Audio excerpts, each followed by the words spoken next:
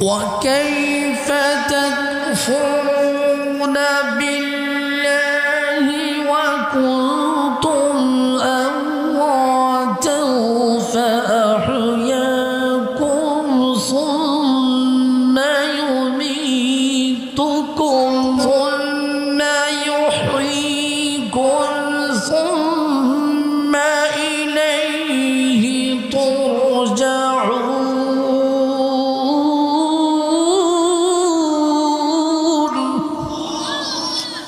আল্লাহ বলেন দুনিয়ার মানুষ দিলের কান লাগাইয়া শোনো।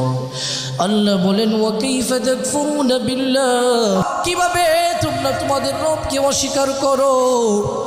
ওয়া কুনতুম আমওয়াতা, অথচ তোমরা মৃত ছিলে। ফাহয়াকুম, আল্লাহ তাআলা তোমাদেরকে জীবন দান করলেন। সুম্মা ইউমিতুকুম, আবার আল্লাহ রাব্বুল আলামিন তোমাদেরকে মৃত্যু দান করবেন।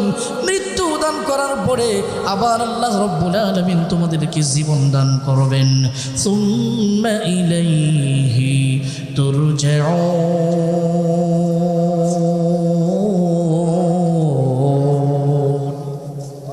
আল্লাহ বলেন তোরা মৃত ছিলে, তোদেরকে আমি আল্লাহ জীবন দান করলাম। বলেন তো মৃত থাকার পরে জীবন যিনি দিয়েছেন তিনি কি? মানুষগুলোকে আল্লাহ রাব্বুল আলামিন মৃত থাকার পরে জীবন দিচ্ছে। এই জীবন দেওয়ার পর আবারও আল্লাহ রাব্বুল আলামিন বান্দাকে মরণ দিবে। মরণ দেওয়ার পরে আল্লাহ রাব্বুল আলামিন আবারও হাসরের ময়দানে বান্দাকে জীবন দান করবে।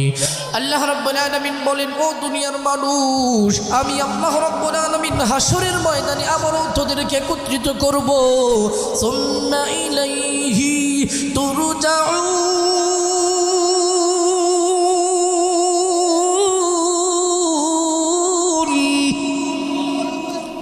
আল্লাহ বলেন অতঃপর আল্লাহর দিকেই তোমাদেরকে ফিরে যেতে হবে।